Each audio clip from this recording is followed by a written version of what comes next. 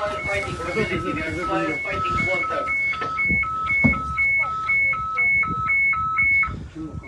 Yes, if you can assist,